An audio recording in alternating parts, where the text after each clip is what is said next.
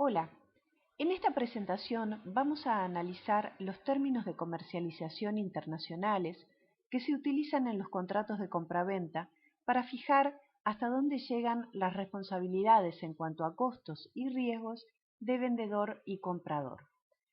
Estos términos de comercialización internacionales están nominados como Incoterms y proceden de la Cámara Internacional de Comercio. ¿Cómo surge la Cámara Internacional de Comercio? Fue un organismo creado cerca de 1919 por un grupo de empresarios que buscaban promover los negocios entre los distintos países, las inversiones y también todo lo que fuera comercialización internacional. ¿Y quiénes son las empresas, las entidades que componen la Organización Mundial de Comercio? Los bancos, las compañías aseguradoras, las empresas de transporte e importadores y exportadores de los distintos países del mundo. O sea que todas estas normas que nosotros vamos a estar viendo y que respaldan tanto a comprador como vendedor, tienen una obligatoriedad internacional y un respaldo internacional en todas las cortes de justicia del mundo y en las aduanas de los distintos países. Como les decía, la Cámara Internacional de Comercio surge en 1919 cuando se crea un grupo de trabajo que buscaba simplificar todo lo que era la comercialización entre los distintos países y especificar claramente en qué momento se cumplía con la entrega de la mercadería. Cuando se habla de entrega en los términos Incoterms, se refiere al momento en que el vendedor cumple con sus obligaciones. ¿En qué momento se transmitía el riesgo de la mercadería de vendedor a comprador? ¿Quién iba a pagar el seguro? ¿Quién se iba a encargar de pagar el flete internacional? Y estos eran los elementos que hasta el día de hoy se manejan en las reglas Incoterms y se le fueron agregando otros elementos a tener en cuenta. Llevó mucho tiempo armar todo esto. Recién en 1936 se publican las primeras reglas Incoterms y después, cada cierto periodo de tiempo, se fueron haciendo actualizaciones en el 45, 53, 67, 76, 80, 90 y 2000, hasta que finalmente llegamos a la versión de estas siglas, que es la del 2010, que entró en vigencia en enero del 2011. Esta revisión de los Incoterms 2010 se comenzó a llevar a cabo bastante antes, alrededor del 2005, porque las revisiones llevan mucho problema. La Cámara de Comercio Internacional lo que hace es hacer un seguimiento de las prácticas comerciales internacionales y monitorear cuándo van cambiando. Entonces, cuando se dan en el mundo situaciones que van cambiando en la parte comercial y que pueden representar un problema para compradores y vendedores, la Cámara Internacional de Comercio busca actualizar esas reglas para que sean cada vez más facilitadoras del comercio internacional. Esto quiere decir que la Cámara Internacional de Comercio no es que invente reglas nuevas, sino que es la práctica internacional la que lleva a que se generen nuevos contenidos de estas reglas Incoterms. Cuando nosotros hablamos de que hay que elegir la regla apropiada, lo que estamos diciendo es que es fundamental comprender las distintas características que puede tener cada forma de cerrar un negocio para elegir la regla más adecuada. Y eso se va a dar en base al tipo de mercadería que nosotros vamos a importar, al tipo de transporte en el cual se va a mover la mercadería de un país a otro y en particular si se le va a pedir al exportador que incluya obligaciones adicionales, como por ejemplo que el seguro venga pago o que el transporte también venga pago.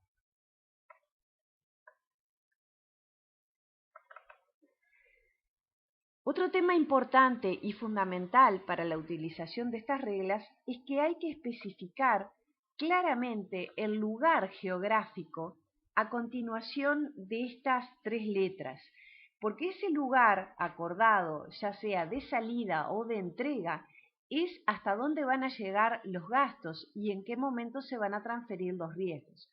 Por lo tanto, hay que especificar claramente ese lugar y solo va a funcionar si ese lugar geográfico está bien determinado. Por ejemplo, si yo voy a traer una importación hacia Uruguay, la forma más correcta de especificar la compra sería CIP Aeropuerto de Carrasco e Incoterms 2010. ¿Por qué es importante que diga la palabra Incoterms y además el año? Incoterms es una marca registrada de la Cámara Internacional de Comercio.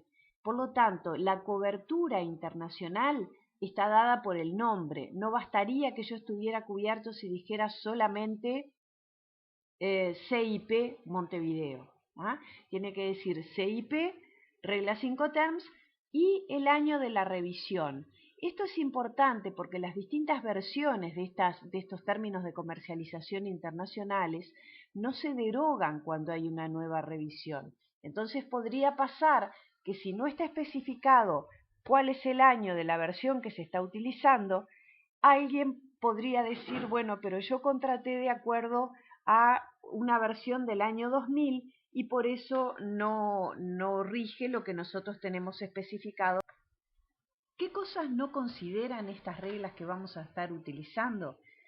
Las reglas Incoterms simplemente sirven para fijar cuál de las dos partes tiene la obligación de encargarse del transporte o del seguro, o cuándo el vendedor cumplió con su obligación y entregó la mercadería al comprador, y qué costos va a estar cubriendo cada parte.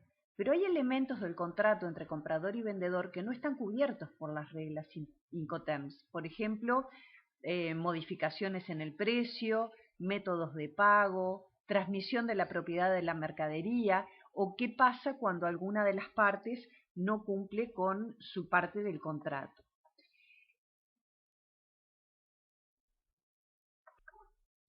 Vamos a hablar de la clasificación de las reglas.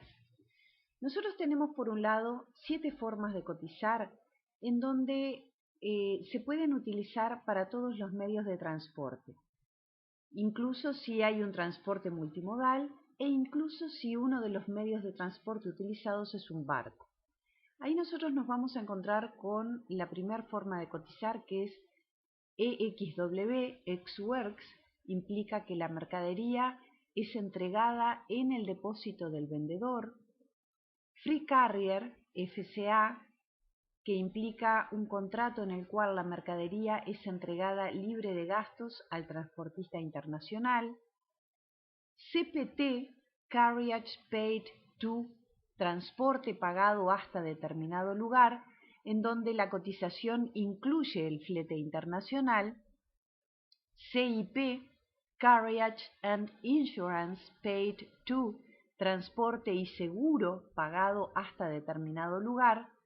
DAT, Delivered at Terminal, entregado con todos los gastos pagos hasta en una terminal en destino.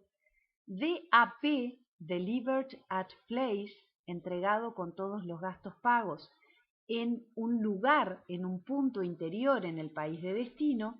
Y DDP, Delivered Duty Paid, que quiere decir entregado con todos los gastos pagos, incluso los aranceles de entrada en el país de destino.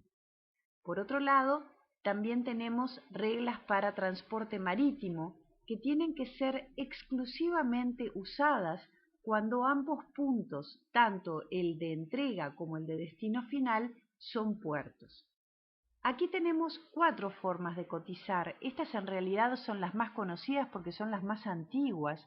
Los fletes marítimos son los fletes con los cuales se movió históricamente la mercadería. Entonces ahí nos encontramos con 4 formas de cotizar. FAS, que quiere decir Free Alongside Ship, libre al costado del barco. La mercadería se deja con todos los gastos pagos hasta el momento en que queda al lado del barco antes de subir la carga a cubierta o a las bodegas del buque. Después tenemos FOB, Free on board, en donde la mercadería tiene que ser entregada libre de gastos hasta el momento en que se pone a bordo del buque. CFR, Cost and Freight, costo y flete hasta determinado lugar. Y CIF, Cost, Insurance and Freight, la mercadería tiene que tener incluido el flete y el seguro hasta llegar al destino final. Ahora vamos a estar analizando unos cuadros en donde es mucho más simple entender con dibujos hasta dónde es el alcance de cada una de estas formas de cotizar la mercadería. Nosotros vamos a ver en estos cuadros que hay 4 cuadraditos en donde están pintados de color para los medios de transporte que se pueden utilizar estos Incoterms. También tenemos en la parte superior del cuadro una fábrica que representa el depósito del vendedor, un elevador que implica el movimiento de mercadería hasta un camión o hasta el puerto de transporte internacional. Los circulitos rojos representan las aduanas en el país del vendedor y el país del comprador, y en el medio tenemos el viaje de la mercadería. Entonces, si nosotros empezamos con la forma más simple de cotizar por parte del vendedor, nos encontramos con que es el ex-works. Ex-works es una forma muy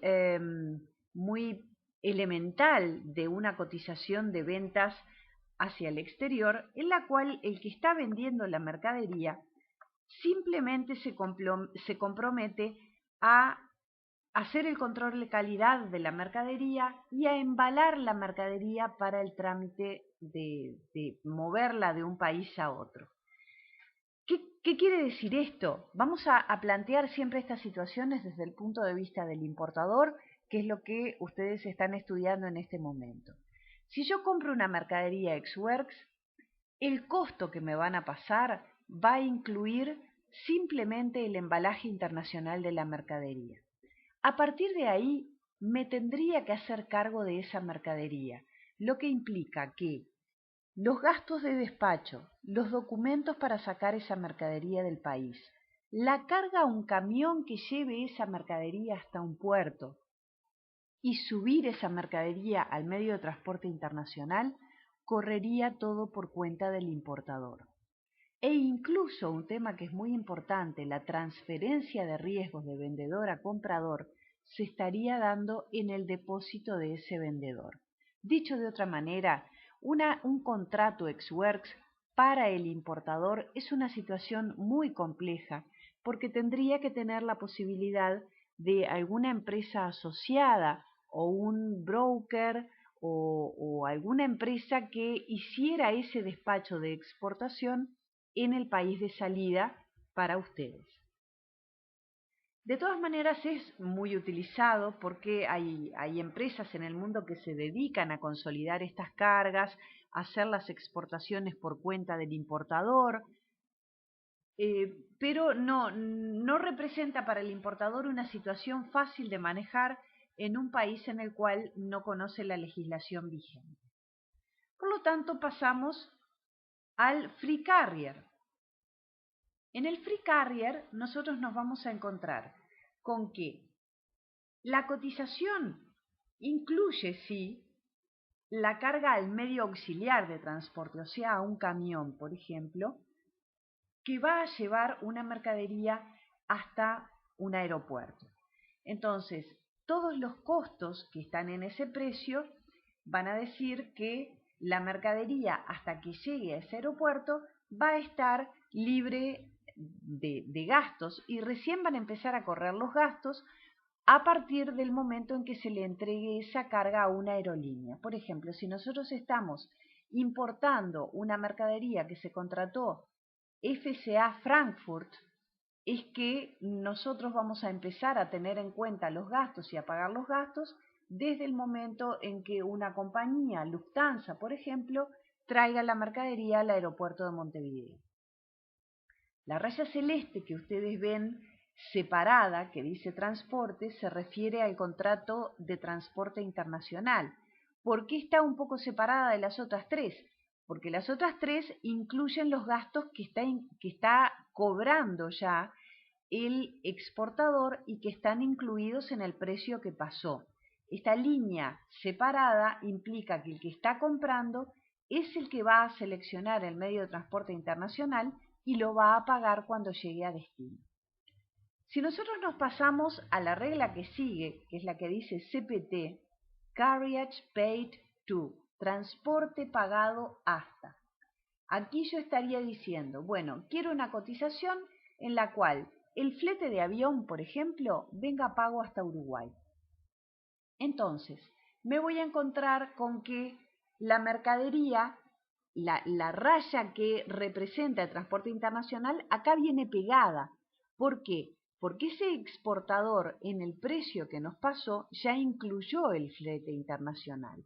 O sea que ese flete internacional viene en el precio y lo que sí nos encontramos en esta cotización es que la transferencia de riesgos pasa del vendedor al comprador en el lugar de origen. ¿Qué quiere decir esto? Que si bien el flete desde el aeropuerto de Frankfurt hasta el aeropuerto de Montevideo va a estar cubierto, la transferencia de riesgos se hizo en el aeropuerto de Frankfurt.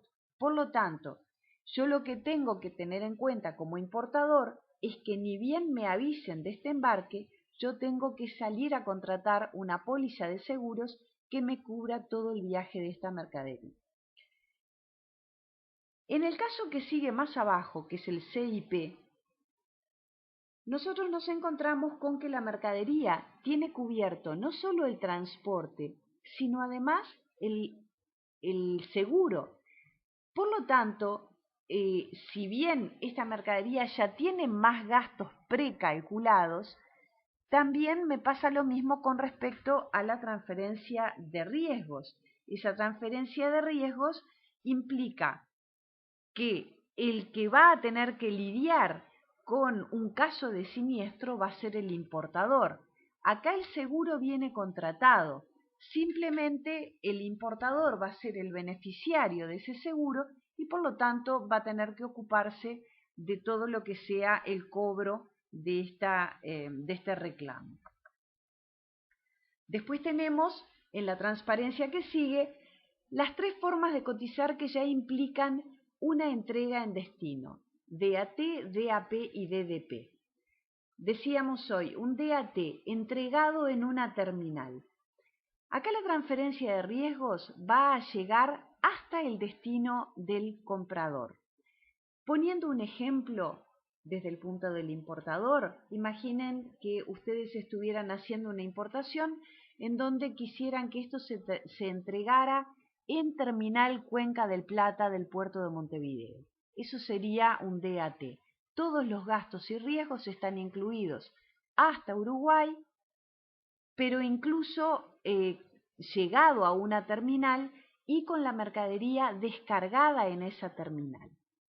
Si seguimos avanzando, nos encontramos con otra forma de cotizar que se llama DAP, Delivered at Place, entregado en un lugar específico, y ahí la mercadería pasa los lugares de desembarque, pasa la terminal de puerto, pasa el aeropuerto y llega hasta un lugar específico que puede ser el depósito del comprador. Por ejemplo, imaginen que yo tengo que hacer llegar una máquina hasta una citrícola en Salto. Yo ahí tendría un DAP Salto. O sea que la mercadería tiene todo incluido hasta que llegue al lugar en donde se va a descargar y es obligación del vendedor contratar todos los fletes hasta ese lugar y dejar la mercadería pronta para ser descargada. Finalmente tenemos esta situación en la cual aparece el DDP. El DDP, aparte de todo lo que estuvimos viendo, aparece el círculo de aduana en la llegada a destino. Entonces, ¿qué está implícito acá? Que quien nos dio la cotización en un DDP tuvo que incluir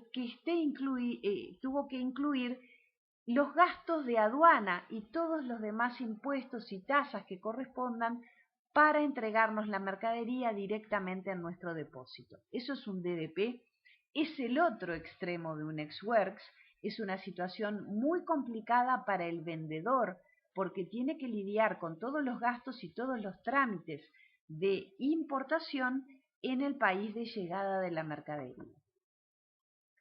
Y vamos entonces a los Incoterms que solo se pueden utilizar en el caso marítimo, y acá nos encontramos con el FAS. La mercadería es llevada hasta el costado del buque por el vendedor y la transferencia de riesgos y de costos se hace exactamente en el muelle antes de que la mercadería sea cargada. La línea de transporte está separada, el transporte internacional, porque ese transporte internacional lo define el que está comprando la mercadería. En un FOB pasa lo mismo, solo que tenemos un poco más adelante la transferencia de riesgos y de gastos, porque se va a dar exactamente a bordo del buque. La mercadería tiene que estar puesta ya encima del barco, y ustedes van a decir, bueno, ¿por qué se da? ¿Es mucha esta diferencia? Generalmente sí hay diferencia cuando estas cargas son cargas de graneles que generan que el buque tenga que estar parado determinada cantidad de tiempo, 5 días, 6 días, y todos los costos y los riesgos de esa operación van a estar del lado del comprador o del vendedor dependiendo de cómo se estableció el Incoterm, si era al costado del barco o a bordo del barco. Finalmente tenemos el CFR, que es con el flete marítimo pago hasta destino, y el CIF, que es el flete marítimo más el seguro pago hasta destino.